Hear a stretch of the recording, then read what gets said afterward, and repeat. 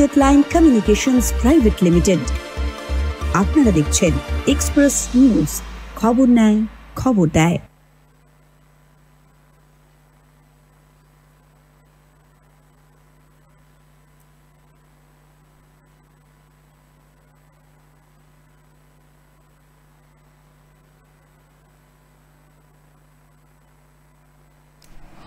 নমস্কার, ফিরে এলাম বিরতির পর। বিরতির আগে আমরা এক অতিথির সঙ্গে বসেছিলাম এবং তার কাছে তার চিন্তাধারা কি কোন জায়গায় যাচ্ছে এবং আমরা আমাদের জায়গা থেকে বিভিন্ন যেসব লোকসভা কেন্দ্রগুলি আছে সেই কেন্দ্রে কোথায় কি নির্বাচনের কোথায় কি হচ্ছে না হচ্ছে তার সেই তথ্য আপনাদের সামনে তুলে ধরেছিলাম। ঠিক একই প্রক্রিয়ায় আমি আপনাদের সামনে এবং কোন লোকসভা কেন্দ্রে কোন সমস্যা আছে এবং আমাদের যেসব জেলার প্রতিনিধিরা এইসব জায়গায় আছে তাদের কাছ থেকে জেনে নেব কি পরিস্থিতির মধ্যে দিয়ে চলছে নির্বাচন এবং এখনো পর্যন্ত, এখন 4:01 বাজে, এখনো পর্যন্ত নির্বাচনের হার কোন জায়গায় গেছে এটা নিয়েও আলোচনা করব।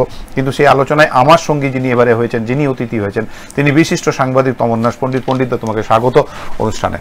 পণ্ডিতদা, একদম যে জায়গাতে আসছি কথা সেটা হচ্ছে যে এখনো পর্যন্ত এই যে 4:01 বাজে, সকাল 7টা থেকে নির্বাচন শুরু হয়েছে। আমরা যখন দেখলাম যে 12টা সাড়ে 1টা পর্যন্ত, একটার সময় 48% ভোট তখনও পর্যন্ত হয়ে গেছে এবং এই যে মাঝখানে যে সময়টা কিছুটা সময় হলেও একটু হালকা হয়ে যায় কারণ সেই সময় খাওয়া দাওয়ার সময়টা থাকে।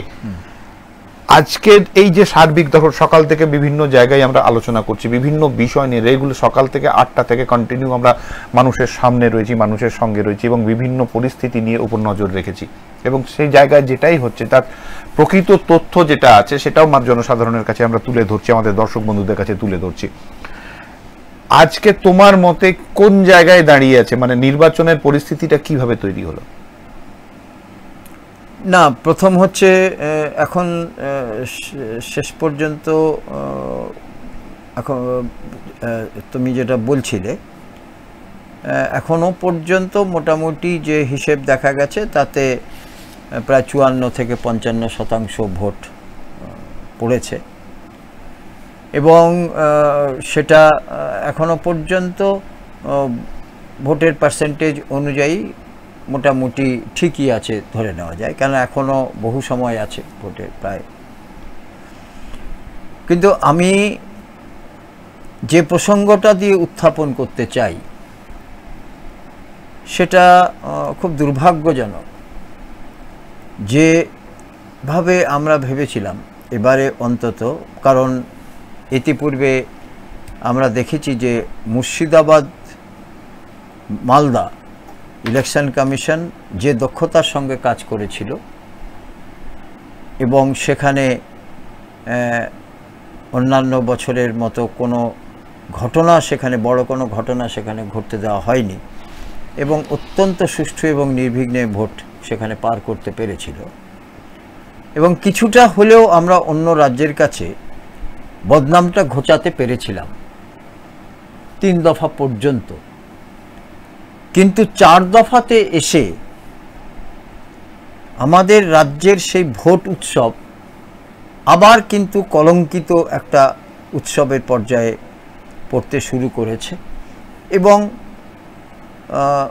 অন্যান্য রাজ্যের কাছে আমরা ফের কিন্তু সেই কালিমার কথাটা কিন্তু আবার বারবার কিন্তু উঠে আসছে। প্রথমত হচ্ছে যে যদি একজন মানুষও ভোটদান থেকে বঞ্চিত থাকেন সেটাও কিন্তু গণতন্ত্রে অত্যন্ত অনৈতিক এবং অত্যন্ত গর্হিত কাজ। দ্বিতীয়ত হচ্ছে যে নির্বাচন কমিশন বহু ক্ষেত্রে দেখা গেল যে সেখানে অনেকগুলো ঘটনা ঘটেছে এবং তুমি জানো যে বর্ধমান দুর্গাপুর কেন্দ্রে কিন্তু এবারে অনেকগুলো ঘটনার সাক্ষী হয়ে থাকলো এবং প্রথম থেকে আমরা দেখেছি যে বর্ধমান দুর্গাপুর কেন্দ্রের দুর্গাপুরের বেনাচিতিতে সকালবেলা সেখানেই কিন্তু একটা ঘটনা ঘটে গেল, ভিড়িঙ্গিতে যেটা ঘটে গেল এবং সেখানে এক প্রাক্তন কাউন্সিলরের সঙ্গে এবং তার নেতৃত্বে দেখা গেল যে যিনি এলাকার বিধায়ক তিনি তার সঙ্গে তার বচসা শুরু হলো এবং যেভাবেই হোক একটা অশান্তির পরিবেশ সৃষ্টি হলো। পরবর্তী ক্ষেত্রে আমরা দেখলাম যে মন্তেশ্বরে সেখানে অত্যন্ত দুর্ভাগ্যজনক ঘটনা ঘটল এবং সেখানে প্রার্থী দিলীপ ঘোষ তার গাড়ি, তার দেহরক্ষীদের গাড়ি ভাঙচুর হলো। তার গাড়ির সামনে কিছু মানুষ শুয়ে পড়লেন, তার গো ব্যাক স্লোগান দেওয়া হলো এবং তারা বিপক্ষে তারা আবার তাদের সাফাই দিতে গিয়ে বলছেন যে তাদের কোনো কর্মীকে নাকি ধাক্কা দেওয়া হয়েছে, সেই ধাক্কাতে তিনি রক্তাক্ত হয়েছেন ইত্যাদি ইত্যাদি ইত্যাদি। একই সঙ্গে আমরাইয়ের মতো গ্রামে একদম ইতিপূর্বে আমরাইতে কিন্তু যথেষ্ট শান্তিপূর্ণভাবে ভোট হয়েছে, আমরা দেখেছি। খুব একটা কিন্তু সেখানে কিন্তু এখনও পর্যন্ত আমরা যে ভোট দেখেছি আমরাইতে খুব একটা কোনো ঘটনা ঘটেছে, খারাপ ধরনের ঘটনা ঘটেছে আমরা দেখিনি। কিন্তু এবারে সেটাও ঘটল। কী কারণে ঘটলো সেটা অন্য প্রসঙ্গ, কিন্তু ঘটলো সেই ঘটনা এবং সেটা একটা সংবাদ শিরোনামে এলো। এছাড়া কৃষ্ণনগর বা ইত্যাদি এলাকাতে আরো ছোট ছোট বিক্ষিপ্ত ঘটনা তো দাদা গোটা রাজ্য জুড়ে ছোটখাটো আছে। কিন্তু আমার কথা হচ্ছে যে অন্যান্য রাজ্যে সেখানে বিক্ষিপ্ত রক্তপাত তো দূরের কথা, সেখানে এই ছোটোখাটো বিক্ষিপ্ত ঘটনাও ঘটছে না বা ঘটেনি। তার কারণটা হচ্ছে যে তারা কিন্তু ভোটটাকে একটা সত্যিকারের উৎসবের মেজাজেই ভোটটা সেখানে হয় এবং ক্ষমতায় যারাই আসুক সেখানে তাদেরই ভোটে নির্বাচিত হচ্ছেন, কিন্তু তার পরবর্তী ক্ষেত্রে কিন্তু তাদের যে একটা সত্যিকারের পারস্পরিক সৌহার্দ্য এটা কিন্তু কখনো কিন্তু আমরা দেখিনি, ভেঙে পড়েছে। কিন্তু আমাদের এখানে এই পারস্পরিক যে সৌজন্য এবং সৌহার্দ্য এই ব্যাপারটা আমরা কিন্তু এখনো পর্যন্ত কল্পনা একদম। আমি তোমাকে একটা জায়গায় আসি, সেটা হচ্ছে যে এই যে ধরো বিভিন্ন মঞ্চ থেকে এত উন্নয়নের গল্প চারিদিকে মানুষের কাছে পৌঁছানো হচ্ছে, মানুষের কাছে বলা হচ্ছে যে সমস্ত একদম মানে প্রত্যেকটা পার্ট বাই পার্ট উন্নয়নের কথা বলা হচ্ছে, যদিও সেগুলো অনুদানের পর্যায়ে আসে, কিন্তু উন্নয়ন বলে যেগুলোকে চালানো হচ্ছে সেই জায়গায় দাঁড়িয়ে যদি উন্নয়নটাকেই আমরা মেনে নিই তাহলে এই ধরনের অঘটন ঘটানোর বা এই ধরনের যে শাসক দলের যে ভূমিকা এই মুহূর্তে বিভিন্ন জায়গায় দেখা যাচ্ছে এটা কিসের জন্য? তাহলে কি উন্নয়নের নামে যে ডঙ্কা বাজানো হচ্ছে এটা কি শুধুই আইওয়াস? উন্নয়নটা অন্য কিছুর উন্নয়ন হয়েছে, ক্ষমতায়নের উন্নয়ন হয়েছে, কি মনে হচ্ছে? না, আমি একটা কথা খুব পরিষ্কারভাবে বলতে চাই। উন্নয়ন বলতে আমরা যেটা এই নির্বাচনে তুমি সম্ভবত শাসক দলের কথাতেই এলে এবং এটা সরাসরি বলা ভালো যে এবারে আমরা শাসক দলকে দেখলাম তারা যেটার উপরে জোর দিয়েছে তাদের প্রচারে এবং দেওয়াল লিখনে, সেটা হচ্ছে যে মূলত হচ্ছে লক্ষ্মীর ভাণ্ডার এবং সেখানে তারা এবং আমরা জানি যে মাত্র কয়েক মাস আগে এই লক্ষ্মীর ভাণ্ডার যে কে দ্বিগুণ করা হয়েছে, সেখানে 500 থেকে 1000 করা হয়েছে এবং 600 থেকে 1200 করা হয়েছে। তো এটা যেমন একটা। দ্বিতীয়ত হচ্ছে যে বারবার যেটা বলা হচ্ছে বিভিন্ন প্রচারে যে বিরোধী দল যদি ক্ষমতায় আসে তাহলে লক্ষ্মীর ভাণ্ডার বন্ধ হয়ে যাবে। ফলে একটা জিনিস সেটা দেখা গেল যে শাসক দলের কোথাও মনে হয় আত্মবিশ্বাসের একটু অভাব দেখা যাচ্ছে। ফলে তারা কিন্তু একমাত্র লক্ষ্মীর ভাণ্ডারকে বারবার প্রচারের একটা কেন্দ্রবিন্দুতে এনে তারা কিন্তু চাইছে যে ভোট বৈতরণী পার হতে। আমি কিন্তু এই ব্যাপারে এমনকি মুখ্যমন্ত্রী মমতা বন্দ্যোপাধ্যায় এবং second in command Abhishek Bandyopadhyay তিনিও যেখানে যেখানে নির্বাচনী জনসভা করছেন সেখানে কিন্তু প্রধানত কিন্তু এই লক্ষ্মীর ভাণ্ডার ইত্যাদি এই ধরনের যে জনমোহিনী প্রকল্প সেগুলোর কথাই কিন্তু বারবার তুলে ধরছেন। আমার কথা হচ্ছে তুমি যেটা বলছিলে এটা খুব অত্যন্ত আমার মনে হয়েছে যে একটা গুরুত্বপূর্ণ ব্যাপার, যে সাধারণ মানুষের টাকায় এক একটা প্রকল্প তৈরি করা হয়েছে সেখানে অবশ্যই আমি এটা মনে করি যে সরকার বা প্রশাসন যারা আছেন, সরকারে যারা আছেন, সাধারণ মানুষের, দরিদ্র মানুষের প্রতি তাদের একটা দায়িত্ব এবং কর্তব্য আছে। ফলে সেখানে কিছু সাধারণ জনমোহিনী নীতির মধ্যে দিয়ে যদি তাদের কিছু উন্নয়ন হয়, সেটা তো অত্যন্ত সমাদরের সঙ্গে গ্রহণ করা উচিত। কিন্তু যথার্থ অর্থে এই জনমোহিনী প্রকল্পগুলো, সেগুলো দিয়ে সত্যিকারের তাদের অর্থনৈতিক পরিকাঠামো তৈরি হচ্ছে কিনা এবং সত্যিকারের তাদের উন্নয়ন হচ্ছে কিনা, এটা নিয়ে কিন্তু এখনও একটা বিতর্কের অবকাশ রয়েছে। কারণ অনেকেই বলছেন, কারণ ঠিক এইভাবেই কিন্তু একটা খুব দুর্ভাগ্যজনক একটা ব্যাপার আসছে যে প্রত্যেকটা রাজনৈতিক দল তারা কিন্তু এই যে জনমোহিনী নীতি, তার মধ্যে দিয়েই কিন্তু ভোট পাওয়ার বা চাওয়ার একটা চেষ্টা চালিয়ে যাচ্ছে।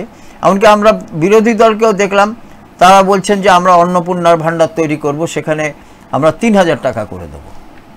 না, এটা তাদের কথা। শুধু অন্নপূর্ণা ভাণ্ডার তৈরি করবো না, অন্নপূর্ণা ভাণ্ডার অলরেডি মধ্যপ্রদেশে শিবরাজ চৌহান সেখানে মুখ্যমন্ত্রী চালিয়েছেন এবং সেটা এই রাজ্য সেটাকে করতে চাইছেন। তো আমি বলতে চাইছি যে উন্নয়ন বলতে কি শুধু এই জনমোহিনী প্রকল্পগুলির আলোচনা? উন্নয়ন বলতে সার্বিকভাবে উন্নয়ন মানে গোটা সমাজের যে আর্থিক পরিকাঠামোর উন্নয়ন, সেখানে বাসস্থান, রাস্তাঘাট ইত্যাদি সার্বিকভাবে সাধারণ মানুষের দৈনিক ব্যবহারের যে প্রয়োজন, শিক্ষা ব্যবস্থা, স্বাস্থ্য ব্যবস্থা ইত্যাদি নিয়ে যে উন্নয়ন, এটাকেই তো সার্বিকভাবে উন্নয়ন বলে। একদম। এখন কথা হচ্ছে যে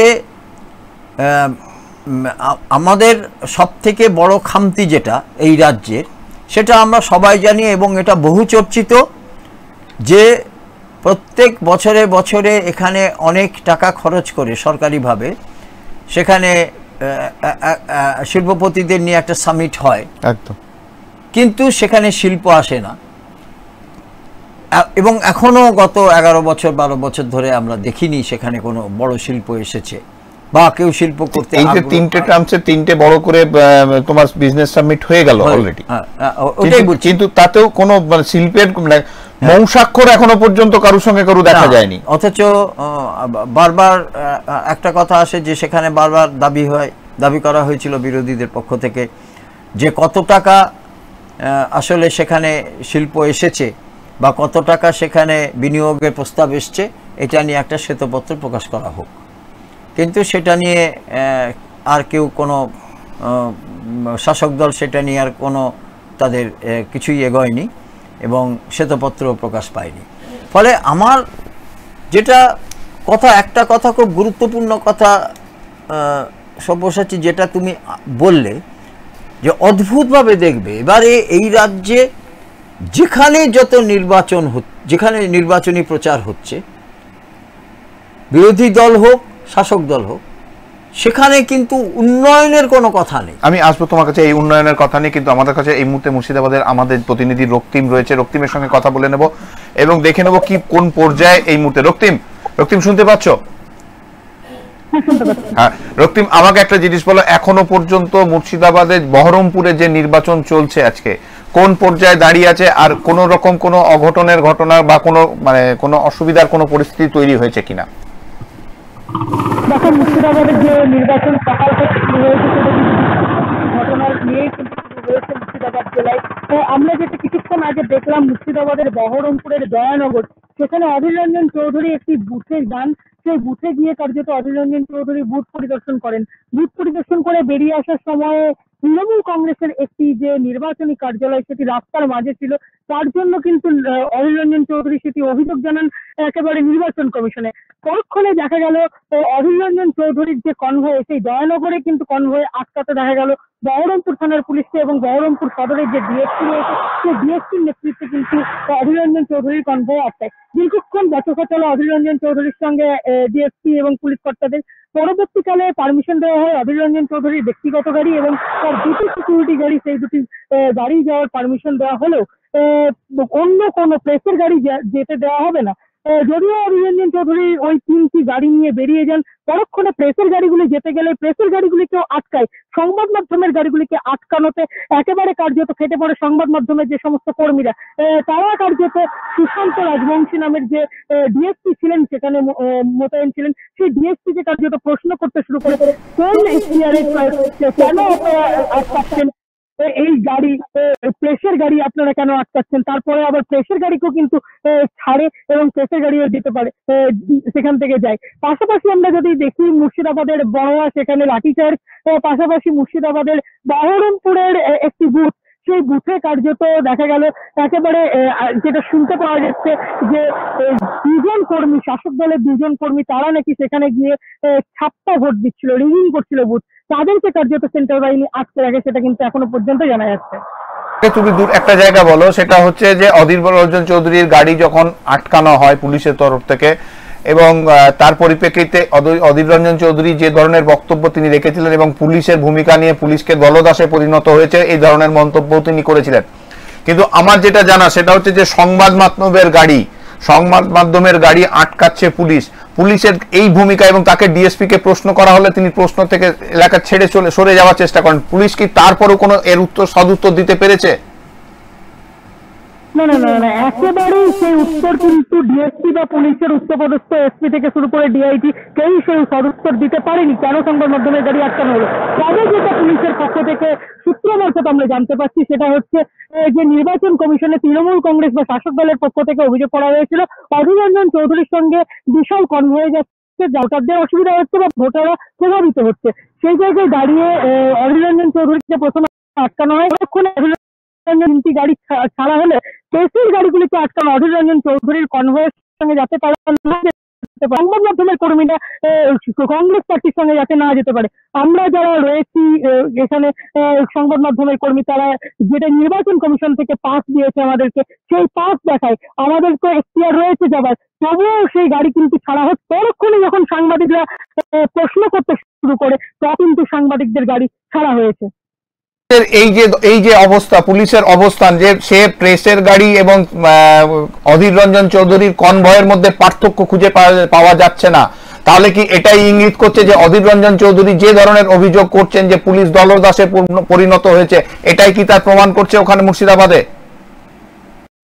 দেখো, এখনো পর্যন্ত যে পুলিশের বিরুদ্ধে অধীর রঞ্জন চৌধুরী যে অভিযোগটা করছেন, পুলিশ একেবারে দলদাসে পরিণত হয়েছে। কারণ এই যে অভিযোগ, সেই অভিযোগটি হচ্ছে তৃণমূল কংগ্রেসের পক্ষ থেকে অধীর রঞ্জন চৌধুরীর বিরুদ্ধে প্রথমে অভিযোগ করা হয় নির্বাচন কমিশনে, তিনি প্রচুর গাড়ি নিয়ে যাচ্ছেন। তারপরে পুলিশের এই অতি সক্রিয়তা, তার জন্যই কিন্তু এই অভিযোগটা সামনে আসছে। এবং অধীর রঞ্জন চৌধুরী বা কংগ্রেস বা বিজেপির অন্যান্য নেতৃত্বদের যাদের বক্তব্য, তাদের হচ্ছে যে তৃণমূল কংগ্রেস অনেক জায়গায় বুথের 100 মিটারের মধ্যে কিন্তু নির্বাচনী ক্যাম্প করছে, একদম রাস্তার মধ্যে ভোটাররা যাচ্ছে, তাদের মাথার উপর একেবারে মাথা ছুঁয়ে চলে যাচ্ছে তৃণমূলের পতাকা, সেই সমস্তগুলো কিন্তু থাকছে। সেখানে পুলিশ বা সেখানে কেউ গুরুক্ষেপ করছে না, সেখানে তারা যে কোনো তাদের যে সমস্ত এখতিয়ার সেগুলি কিন্তু দেখাচ্ছে না। কিন্তু অধীর রঞ্জন চৌধুরী যখন কনভয়ে নিয়ে যাচ্ছে বা বিরোধী যে সমস্ত প্রার্থীরা রয়েছে তারা কনভয়ে নিয়ে যাচ্ছে, তখনই তাদের উপরে পুলিশি বাধার সৃষ্টি হচ্ছে, এটাই কিন্তু বিরোধীদের বক্তব্য। বিভিন্ন আরো এখনো পর্যন্ত আমাদের হাতে যেটুকু সময় আছে এবং শেষ নির্বাচনের শেষ সময়টুকু পর্যন্ত নজর রাখো, আমি আবার তোমার সঙ্গে যোগাযোগের মাধ্যমে আসবো এবং প্রত্যেকটা জায়গায় কি পরিস্থিতি হয়েছে তার উপর সঠিক নজর রেখে যাও। পণ্ডিতা, এই যে আমরা তখন যেটা কথা বলছিলাম এবং তুমিও শুনলে যে পুলিশের যে ভূমিকা, আমরা দেখলাম আজকে জিতেন্দ্র তিওয়ারিকে পাণ্ডবেশ্বর থেকে ফেরার সময় তাকে আটকানো হয়েছে এবং বিভিন্ন সময় সংবাদ মাধ্যমকে আটকানোর একটা প্রচেষ্টা চলছে যে যাতে সংবাদ মাধ্যম সবকিছু মানুষের সামনে তুলে ধরতে না পারে। এই পুলিশের ভূমিকাটা তুমি কিভাবে দেখছো? পুলিশও কি একদম পার্টি কর্মীর হিসাবে কাজ করছে এখানে? না, পুলিশকে তো বিরোধী দল বরাবরই দলদাস বলে এসেছে। কিন্তু একটা কথা মনে রাখতে হবে যে পুলিশ কিসের কি পরিপ্রেক্ষিতে এই ঘটনাগুলো ঘটাচ্ছে বা কি পরিপ্রেক্ষিতে গাড়িগুলো আটকাচ্ছে সেই কারণটা তো স্পষ্ট নয়, কারণ পুলিশও তো বলতে পারছে না, কারণ পুলিশ সেই কারণগুলো জানাতে পারছে না। কিন্তু গাড়িগুলো আটকাচ্ছে কেন ইত্যাদি ইত্যাদি। কারণ সাংবাদিকদের গাড়ি যদি পুলিশ আটকে থাকে, একটা কথা মনে রাখতে হবে যে আজকাল ডিজিটাল যুগে সাংবাদিকদের গাড়ি আটকে সংবাদকে রোখা সম্ভব নয়। দ্বিতীয়ত হচ্ছে যে তুমি জিতেন তিওয়ারির কথা বললে বা অদিত চৌধুরীর কথা বললে যে তাদের গাড়ি কেন আটকানো হয়েছে, কি পরিপ্রেক্ষিতে আটকানো হয়েছে, এবং কিন্তু একটা কথা মনে রাখতে হবে যে পুলিশ এখন যে কাজটা করছে সেগুলো নির্বাচন কমিশনের পক্ষ থেকেই করা হচ্ছে। ফলে সেখানে পুলিশ নিশ্চয়ই কোনো কারণের তাদেরকে আটকানো হচ্ছে বলে আমার এটা ধারণা। বাকি বহু ক্ষেত্রে পুলিশ অতি সক্রিয় হয়ে যায়, সেটা তো নির্বাচন কমিশনকে যদি বাদ দিয়ে পুলিশের কিছু নিজস্ব ক্ষমতা থাকে, ফলে তারা অতি সক্রিয় হয়ে বিভিন্নভাবে তাদের কারোর গাড়ি আটকায়, কারোর সাংবাদিকদের গাড়ি আটকায়। সেটা কেন আটকাচ্ছে, কিসের জন্য আটকাচ্ছে সেই কারণটা না জানা পর্যন্ত তো স্পষ্ট নয়।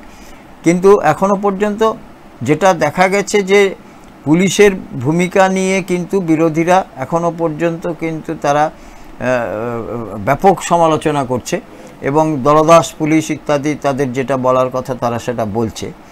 কারণ আমরা একটা জিনিস দেখি যে মন্তেশ্বরে সেখানে অনেকক্ষণ ধরে একটা ঘটনা ঘটলো এবং সেখানে পুলিশের উপস্থিতিতে ঘটলো, এবং সেখানে পুলিশকে দেখা গেল ঠুটো জগন্নাথের মতো, অথচ এক শ্রেণীর মানুষ তারা একটা প্রার্থী তাকে ঢুকবার জন্য তার গাড়ির সামনে শুয়ে গেল, অথচ কোথাও ঘুরে বুথে যাওয়া এটা তার একেবারে গণতান্ত্রিক অধিকারের মধ্যে পড়ে।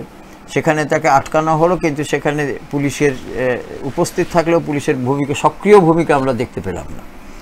সুতরাং আমি প্রথমে যেটা বলছিলাম যে সাধারণ মানুষের হোক, পুলিশের পক্ষ থেকে হোক, কোথাও না কোথাও অভিযোগের তীর কিন্তু এতটাই উঠছে এই নির্বাচনকে ঘিরে, এবং এখনো পর্যন্ত নির্বাচন কমিশনে বহু অভিযোগ জমা পড়েছে। ফলে শান্তিপূর্ণ নির্বাচন কমিশন করানোর চেষ্টা করছে, এতে কোনো সন্দেহ নেই, কিন্তু পুরোপুরি শান্তিপূর্ণ হওয়া সম্ভব হচ্ছে না। একটা কথা সব্যসাচী এটা মনে রাখতে হবে যে পুলিশ হোক, সেখানে প্যারামিলিটারি ফোর্স হোক বা নির্বাচন কমিশনের আধিকারিকরাই হোক,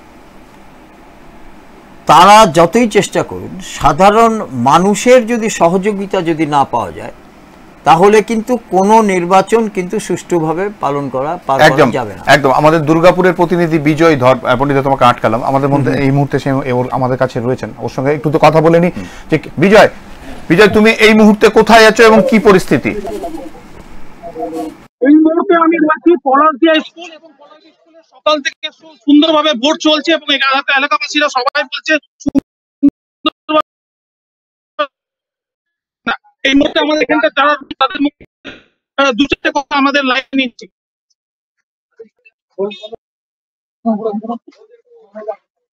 বলছি ভোট সকাল থেকে ভোট কিভাবে চলছে? সুন্দর ভোট আমাদের এখানে, কে বিজেপি কে তৃণমূল, কেউ দেখার লোক আগে, সব আমরা এখানকার ভাই, বুঝলে। এখানে বিরোধী পার্টি কেউ কারোর উপর রাগারাগি কেউ নেই, বুঝলে। সুন্দর ভোট হচ্ছে এখানে।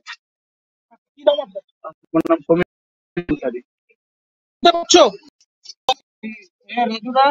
বিজয়, হ্যাঁ শোনা যাচ্ছে। বিজয়, একটা জিনিস বলো, এই যে ধরো পলাশডিয়ায় এই মুহূর্তে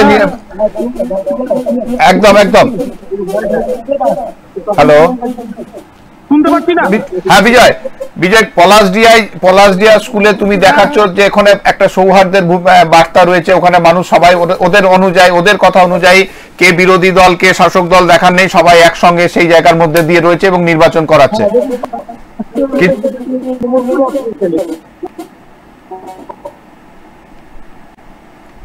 হ্যালো,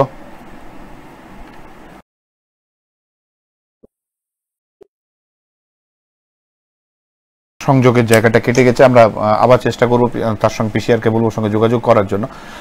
আমি যেটা পণ্ডিতা যেটা মধ্যে ছিলাম আমরা, তুমি যেটা বলছিলে আর কি, তো সেই জায়গায় দাঁড়িয়ে আমি এই কথাটা আমি বলছিলাম যে এই যে কথাটা এখনই আমরা পলাশদিয়া থেকে শুনতে পেলাম, এই যে কথাটা উনি বললেন বা আমরা শুনতে পেলাম যে এখানে যে যাকেই ভোট দিক আমাদের মধ্যে বন্ধুত্বপূর্ণ পরিবেশ রয়েছে এবং সৌহার্দ্যের পরিবেশ রয়েছে। আমি এই কথাটাই বারবার বলতে চাইছিলাম যে নির্বাচন 1 বছরে 5 বছরে একবার আসে এবং সেটা যথেষ্ট গুরুত্বপূর্ণ নির্বাচন, এবং যাকে আমরা নির্বাচিত করব তিনি আইনসভায় যাবেন এবং আইনের প্রণয়নে তিনি অংশ নেবেন, ভূমিকা পালন করবেন। এটা খুবই তারও তো একটা দায়বদ্ধতা আছে, তাকে জনসাধারণ পাঠাচ্ছে, গুরুত্বপূর্ণ ব্যাপার। কিন্তু সাধারণ মানুষ অর্থাৎ সাধারণ ভোটার এবং সাধারণ মানুষ যতক্ষণ না নির্বাচন কমিশন এবং শৃঙ্খলা রক্ষার জন্য সহযোগিতা করবেন নির্বাচন কমিশনকে, ততক্ষণ না পর্যন্ত কিন্তু সুষ্ঠু নির্বাচন হতে পারে না। কারণ যেটা আমরা দেখলাম যে শুধুমাত্র প্যারামিলিটারি ফোর্স বা পুলিশ দিয়ে গ্রামকে গ্রাম, এত জনসংখ্যা আমাদের, সবাইকে নিয়ন্ত্রণ করা সম্ভব নয়। এখানে একটা মাত্র উপায় আছে যে নির্বাচন কমিশন তার যে ক্ষমতা আছে সেটা তো প্রয়োগ করবেই, সেই সঙ্গে সাধারণ মানুষ যারা গণতন্ত্রকে ভালোবাসে তাদের উচিত অন্তত যে পুলিশ এবং যারা আধাসামরিক বাহিনী যারা আছেন তাদেরকে সহযোগিতা করে শান্তির পরিবেশটা তৈরি করা, বজায় রাখা। একদম তারা যদি না চান তাহলে সেই পরিবেশ কখনোই তৈরি হবে না। তার ফলেই এই যে বিচ্ছিন্ন কিছু ঘটনা ঘটছে। বিচ্ছিন্ন ঘটনা কি তোমার কি মনে হয় না দাদা যে এগুলো অতি উৎসাহী কর্মীদের দৌলতে এই ধরনের অঘটনগুলো বেশি ঘটে? অতি উৎসাহী যেমন একটা ব্যাপার আছে, এবং খুব সত্যি কথা যদি তুমি আমাদেরকে বলো, আমার এটা বলা উচিত এখন, যে আমরা যারা ছোট থেকে শুনে এসেছি, তারপর যখন আমরা একটা নিজেদের ভোট দেওয়ার বয়সে এসে পৌঁছালাম, তখন থেকে আমরা শুনে আসছি যে নির্বাচন মানেই রিগিং, ভোট মানেই ছাপ্পা, ভোট মানেই ভোট লুট ইত্যাদি ইত্যাদি। এটা কিন্তু খুব খুব কমন, এবং এটা নিয়ে কিন্তু আমাদের রাজ্যের মানুষ তারা কিন্তু তাদের খুব একটা কিন্তু মাথা ব্যথা নেই, কারণ তারা মনে করে যে এটা নির্বাচনের এগুলো অঙ্গ। এটা খুব দুর্ভাগ্যজনক আমাদের। এবং আমি তোমাকে ব্যক্তিগতভাবে বলতে পারি যে আমি নিজে দুবার আমি এই ধরনের অনৈতিক ঘটনার সাক্ষী হয়েছি। প্রথমত আমি যখন খুব ছোট ছিলাম তখন আমার দিদি এবং জামাইবাবুর সঙ্গে গেছিলাম কলকাতাতে, ঘটনা বেহালাতে কোনো একটা বুথে। তো সেখানে শুনলাম তখন কংগ্রেসের রাজত্ব। সেখানে গেলাম, তারপরে যিনি বসেছিলেন বুথের বাইরে তিনি বললেন, নামটা শুনে বললেন, আপনার তো ভোট হয়ে গেছে, আপনি ভোট দিয়ে দিয়েছেন। তো আমার দিদি বললেন যে আমি তো জীবনে প্রথমবার, আমি তো বাইরে থাকি, জীবনে প্রথমবার আমার নামটা উঠলো, আমি তো আসিই নি এর আগে, আমার ভোটটা আমি দেবো কী করে, আমি তো চিনি না এই বুথটাই কী। বললেন না আপনার বুথ আপনার হয়ে গেছে। তো তখন আমি ক্লাস 5-এ পড়ি কি 6-এ পড়ি, সেই স্মৃতিটা আমার কাছে কিন্তু এখনও মনে আছে। পরবর্তী ক্ষেত্রে আমি বিভিন্ন জায়গাতে, আজ 30, 35, 40 বছর ধরে আমি বিভিন্ন জায়গাতে নির্বাচন করছি, নির্বাচন দেখছি, রাজনৈতিক নেতাদের সঙ্গে দেখছি, কথা বলছি, সাধারণ মানুষের সঙ্গে কথা বলছি।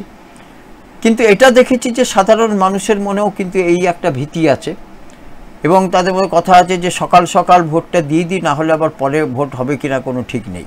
এই ধরনের একটা মানে প্রচার বলো অথবা এই মনের মধ্যে একটা জায়গা করে নিয়েছে, ভয় বলো, একদম সংশয় বলো, প্রত্যেকের মধ্যে এটা আছে যে একটু তাড়াতাড়ি করে ভোটটা দিয়ে দিই বাবা যদি। তৃতীয়ত আমার নিজের অভিজ্ঞতার কথা বলছি, সেটা হচ্ছে যে পৌর নির্বাচন, গত পৌর নির্বাচন, এই দুর্গাপুর কর্পোরেশনের যে নির্বাচন, সেখানে খুব দুর্ভাগ্যজনকভাবে আমরা দেখলাম, আমি আমার পরিবার এবং আরও আমাদের প্রচুর বন্ধুবান্ধব যে বুথে ভোট দিতে গেছিলাম, সেখানে আমরা গিয়ে দেখলাম যে কেউ ভোট দিতে পারলো না কাউকে। সেটা আর আমি সেটা বিস্তৃত আমি বলতে চাইছি না। সেখানে দেখলাম গেটে ঢোকবার মুখেই একজন খুব চিৎকার করে বলছে যে ইভিএম খারাপ, ইভিএম খারাপ, আপনারা বাড়ি ফিরে চলে যান। তো আমি যেহেতু সাংবাদিকতা করি, আমি তাকে জিজ্ঞেস করলাম, ভাই এখানে ইভিএম খারাপ, আপনি কি নির্বাচন কমিশনের লোক? বলছে না, আমি নির্বাচন কমিশনের লোক নই। তাই মানে তাহলে আপনি বলছেন কেন?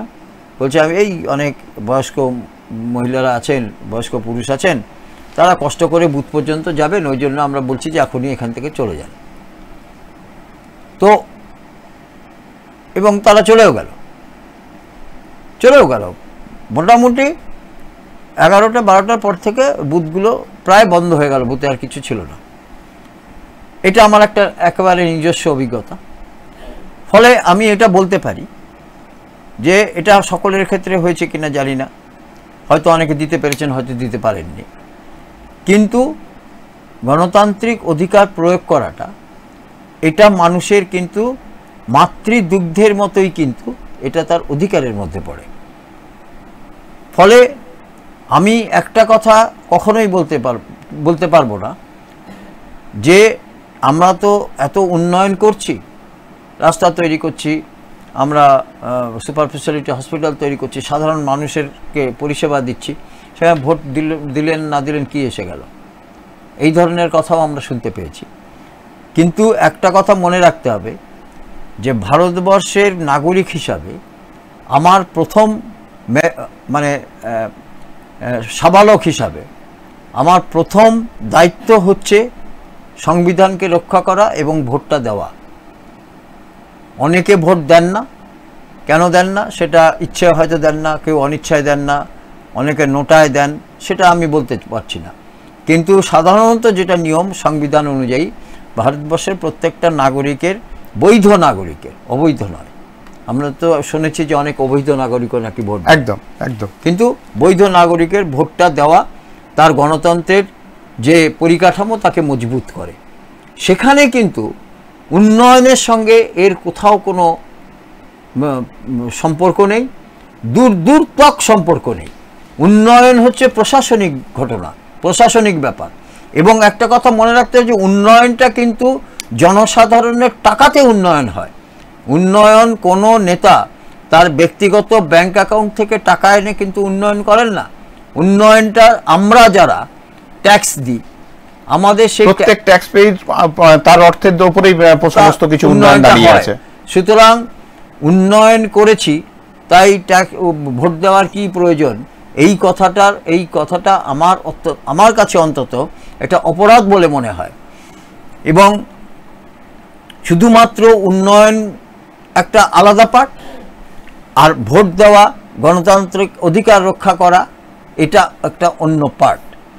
সুতরাং ভোটকে যতটা আমরা সবচেয়ে না, আমি তোমাকে এখানে একটা জিনিস জানতে চাইবো তোমার কাছে, সেটা হচ্ছে যে আমরা যেভাবে নির্বাচনগুলো দেখেছি, 2021-এর নির্বাচনই বলো, আমরা যদি বলি তার আগে দুর্গাপুরের যে পৌরসভা নির্বাচনই বলো, বা এই যে তার আগের পঞ্চায়েত নির্বাচন, বা এইবারে যে পঞ্চায়েত নির্বাচন গেল, তোমার কি দেখে মনে হয় বাংলায় গণতন্ত্র আছে? আমি এতক্ষণ ধরে তো আমি এই কথাটা একদম আমি ওই জায়গাটা আরো পরিষ্কার করে আজকে মানে এই যে সাধারণ মানুষ, বিশেষ করে গ্রামের মানুষ, তাদের যে সরকার, সেটা হচ্ছে পঞ্চায়েত। এবং আমি তোমাকে একটা কথা বলি যে এই পঞ্চায়েত কিন্তু বাম আমলের খুব বড় অবদান হচ্ছে কিন্তু এই গ্রাম পঞ্চায়েত। তার আগে কিন্তু পঞ্চায়েত ভোট হতো না, নিয়মিত হতোই না, এবং পুরসভা ভোটও হতো না নিয়ম করে। এই পুরসভা ভোট এবং পঞ্চায়েত ভোট, এই দুটিই কিন্তু প্রত্যেক নির্ধারিত সময় পর্যন্ত নিয়ম করে করতে হবে। এটা কিন্তু বাম আমলের একটা খুব বড় অবদান। পরবর্তী ক্ষেত্রে তারা নিজেরাই পঞ্চায়েত ভোটে হেরে যাচ্ছে বা পুরসভাতে হেরে যাচ্ছে, এটা অন্য প্রসঙ্গ, কিন্তু প্রশাসনিকভাবে এটা তাদের একটা অন্যতম, আমার মনে হয় যে কৃতিত্বের মধ্যে পড়ে। কিন্তু দুর্ভাগ্যজনকভাবে পঞ্চায়েত ভোট, এই ভোটটা এতটাই গুরুত্বপূর্ণ যে গ্রামের মানুষের যে ন্যূনতম চাহিদাগুলো সেগুলো তো পঞ্চায়েতের মাধ্যমে মেটে একদম। এবং সেখানে এই গ্রাম পঞ্চায়েতগুলোতে কেন্দ্র এবং রাজ্য সরকার সেখান থেকে কিন্তু প্রচুর টাকার ফান্ড কিন্তু সেখানে আসে বিভিন্নভাবে, গ্রামের রাস্তাঘাট থেকে আরম্ভ করে বিভিন্ন ধরনের চিকিৎসা পরিষেবা থেকে আরম্ভ করে গ্রামে ত্রিস্তরীয় পঞ্চায়েত যেটা নির্বাচন হয় তার মধ্যে কিন্তু গ্রামকে সমৃদ্ধ করার কিন্তু অন্যতম মাধ্যম হচ্ছে ত্রিস্তরীয় পঞ্চায়েত। কিন্তু সমস্যা হচ্ছে যে আমাদের রাজ্যে এখানেও এমন একটা সমস্যা যে পঞ্চায়েত ভোটগুলোতে সেখানে রক্তের হোলি খেলা হয়।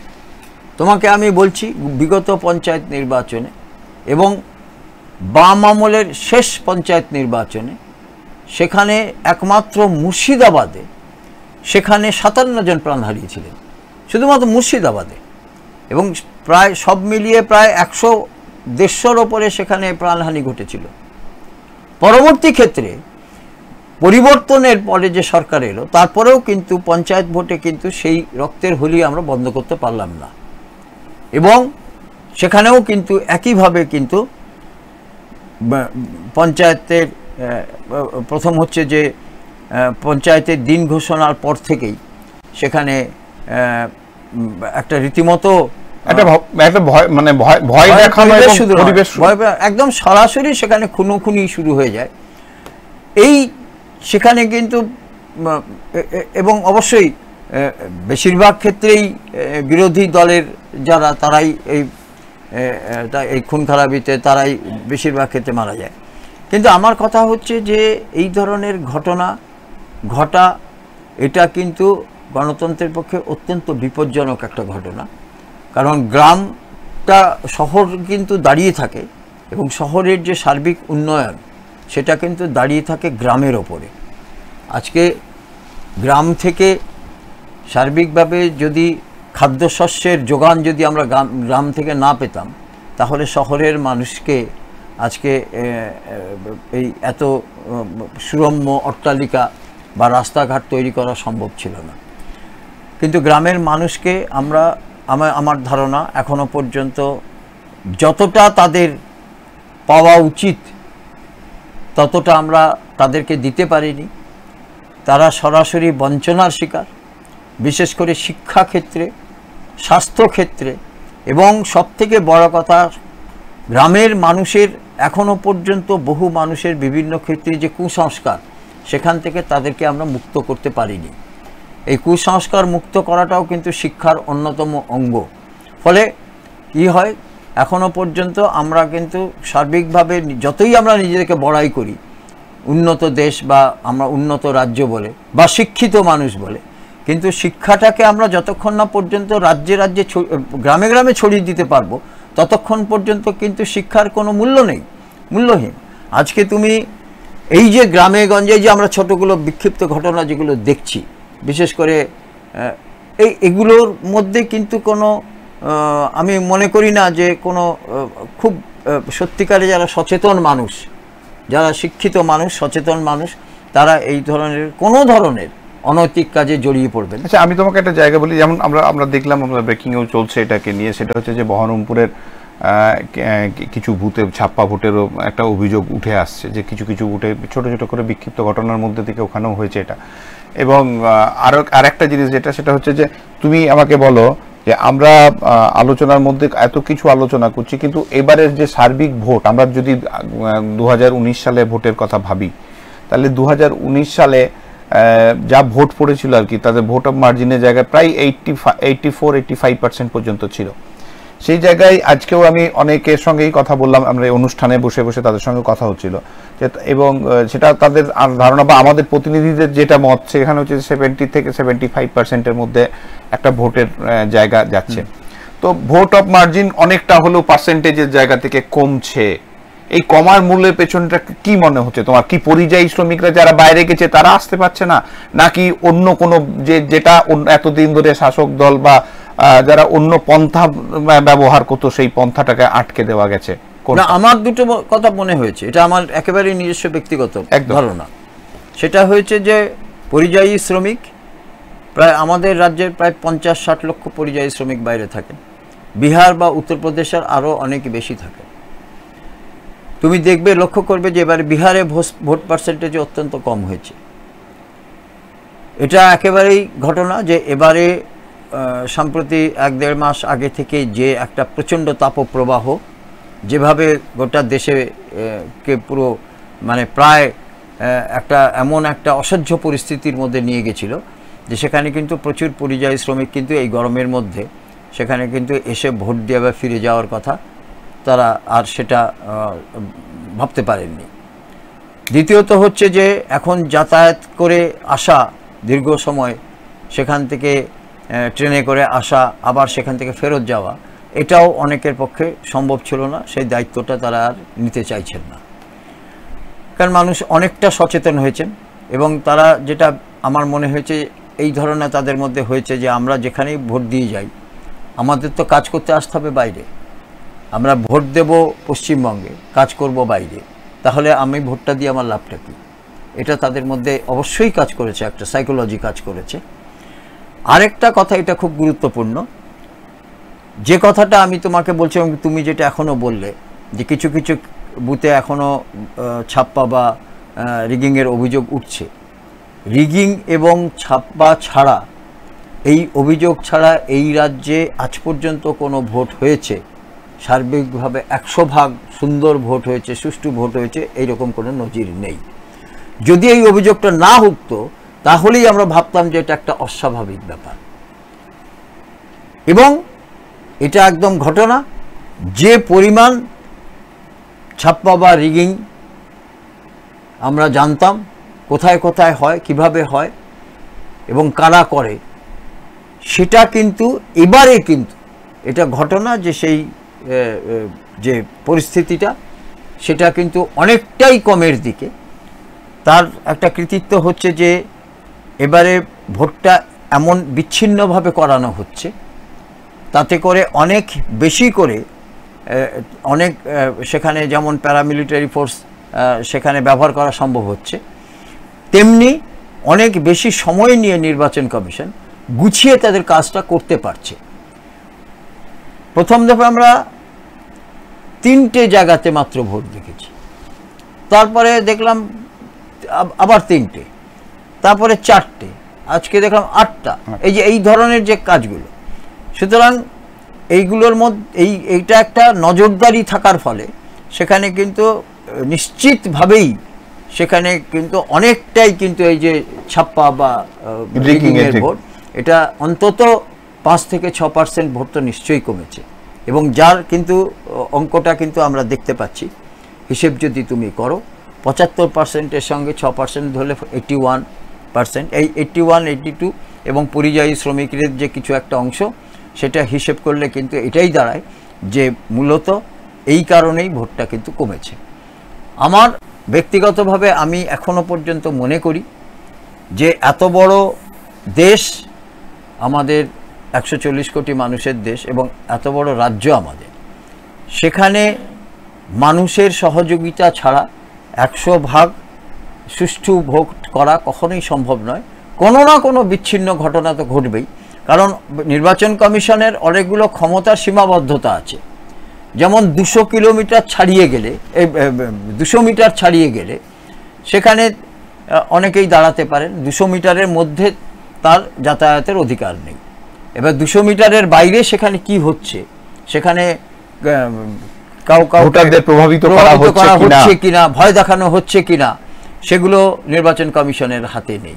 শুধু তাই না, আমরা তো এটা নিয়ে দেখছিলাম যে বিভিন্ন জায়গায় অভিযোগও উঠছে যে ভোট রাত্রেবেলায় ভোটারদের বাড়িতে গিয়ে তাদের এটাও খুব পুরনো জিনিস এবং সেই প্রসেস এখনো কিন্তু চলছে বিভিন্ন জায়গায়, এমন ইনপুট আমাদের কাছে। এই যে আমরা, এটা কিন্তু অত্যন্ত পুরনো একটা অভিযোগ যে এই বাড়িতে সাদা থান পাঠিয়ে দেওয়ার যে অভিযোগ, এটা আমরা আজ নয়, সেই বাম আমল থেকে দেখে আসছি যে বাড়িতে ভোট দিতে গেলে সাদা থান বাড়িতে পাঠিয়ে দেওয়া হয় ইত্যাদি ইত্যাদি এই ধরনের। এবং গ্রামে গঞ্জের একটা অসুবিধে যেটা শহরে করা সম্ভব নয়, গ্রামে গঞ্জে যেহেতু একসঙ্গে মানুষরা গ্রামে থাকেন এবং গ্রামে একজন হয় পঞ্চায়েত সদস্য থাকেন, নয় পঞ্চায়েতের নেতা থাকেন, অথবা মুখিয়া থাকেন ওই এলাকার, তিনি যেটা বলবেন সেটা গ্রামের মোটামুটি সমস্ত মানুষকে সেটা কিন্তু মানতে হয়। ফলে মূলত একটা জিনিস দেখবে যে বহু গ্রাম আছে, বিশেষ করে আমি নাম নিতে চাইছি না, সেখানে কিন্তু ভোটটা কিন্তু একজন বা দুজন তাদের নিজস্ব চিন্তা ভাবনা দিয়ে ভোটটা দিতে পারে না। এক একটা দেখবে যে এক একটা গ্রাম তারা কিন্তু সার্বিকভাবে গোটা গ্রামটাই কিন্তু একটা সিম্বলে ভোট দিচ্ছে, অর্থাৎ কি তাদের উপরে নির্দেশ আছে যে এখানেই দিতে হবে, কারণ সেখানে যদি না দেওয়া হয় পরবর্তী ক্ষেত্রে কিন্তু সেখানে ধোপা নাপিত বন্ধ হয়ে যাওয়ারও কিন্তু সুযোগ, তুমি এক ঘরে হয়ে যাওয়ার একটা সম্ভাবনা থেকে যায়। ফলে আমরা এটা ঠিক যে আজকে অত্যন্ত দুর্ভাগ্যজনকভাবে স্বাধীনতার ৭৫ বছর পরেও আমাদেরকে এটা নিয়ে আলোচনা করতে হচ্ছে, এবং গণতন্ত্রকে রক্ষা করার আমি মনে করি যে অন্যতম সেটা মাধ্যম হচ্ছে আলোচনা। আলোচনার মাধ্যমেই সব কিছু কিন্তু সমাধান হতে পারে, এবং তুমি এটা নিয়ে যত আলোচনা করবে তত কিন্তু সাধারণ মানুষকে সচেতন করতে না পারলে কিন্তু এই ধরনের ঘটনা কিন্তু ঘটতেই থাকবে। সুতরাং আমি মনে করি যে অনেক যে ঘটনা আছে যে এই যে একই সঙ্গে গ্রামের একসঙ্গে প্রচুর মানুষকে একবারে ভোট দিতে হবে, এই যে এই ধরনের কথা এবং তারা সেটা মানছেন, তার কারণটা হচ্ছে কি যে যেহেতু গ্রামে তাদেরকে থাকতে হচ্ছে এবং গ্রামে থাকার ফলে গ্রামের তো মানুষ তো শুধুমাত্র থাকতে পারবে না, মানুষের বিভিন্ন সুযোগ সুবিধা তো চাই, থাকতে গেলে তাকে জল লাগবে, তার বাচ্চারা স্কুলে যাবে, খেলার মাঠ চাই, ইত্যাদি চাই, অমুক, এইগুলো যদি বন্ধ করে দেওয়া হয় তাহলে তাদের গ্রামে থাকাটাই সমস্যা হয়ে যাবে। কিন্তু যদি এর মধ্যে যদি শিক্ষা যদি ছড়ানো যেতে পারে, যথেষ্ট শিক্ষার আওতায় যদি মানুষকে আনা যায় এবং সংস্কার মুক্ত করা যায় যে উনি যে নির্দেশ দেবেন সেই নির্দেশ মানতে আমরা বাধ্য নই, কারণ আমরা নিজস্ব স্বাধীন চিন্তা দিয়ে ভোটটা দেব, এই পরিস্থিতিটার সৃষ্টি যতক্ষণ না পর্যন্ত আমরা করতে পারবো ততক্ষণ পর্যন্ত কিন্তু একটা সমস্যা কিন্তু থেকেই যাবে।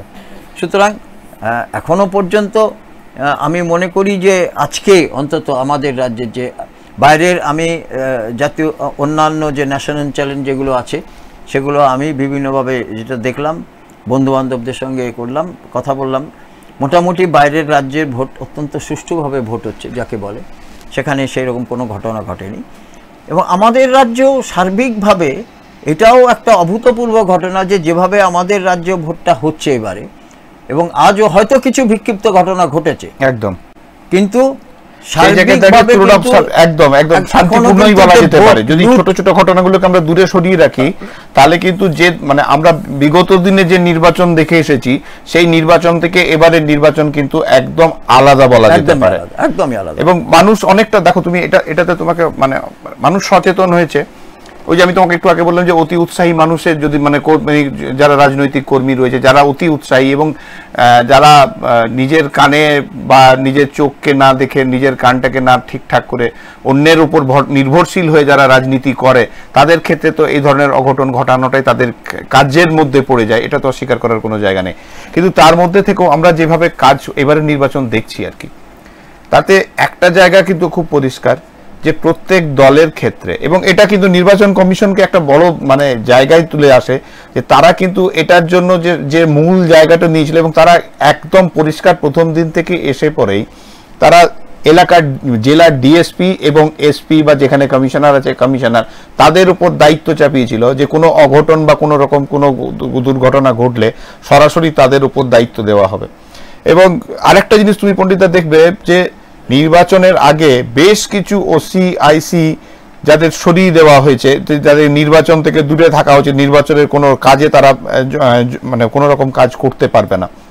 তো এই যে ধরো কড়া পদক্ষেপ, এই কড়া পদক্ষেপের জন্যই কিন্তু আজকে আমরা বলতে পারবো যে হ্যাঁ এই নির্বাচনের জায়গাটা একটা শান্তিপূর্ণ নির্বাচনের জায়গার দিকে যাচ্ছে। এবং এই নির্বাচনগুলো যদি আরো মানে ধরো প্রথম দফায় একরকম হয়েছে, দ্বিতীয় দফায় আর একটু শক্ত হয়েছে, তৃতীয় দফার ক্ষেত্রে আর একটু শক্ত হয়েছে, চতুর্থ দফাতে তো এই আমরা দেখছি আর কি, যদিও ছোটখাটো মানে তৃতীয় দফা বা দ্বিতীয় দফা থেকে চতুর্থ দফায় একটু বেশি মনে হলো যেন একটু অশান্তির জায়গাটা বেশি। যে বিভিন্ন যারা প্রশাসনিক প্রধান আছেন পুলিশের এবং অন্যান্য ডিএমএসপি অন্যান্য কমিশনার ইত্যাদিকে যে প্রয়োজনে তাদেরকে সরিয়ে দেওয়া হচ্ছে এবং নির্বাচন কমিশন অনেকটা কঠোর হস্তে এগুলো করতে পারছে। কিন্তু আমি যে কথাতে ছিলাম আমি সেখানেই আসছি যে আজকে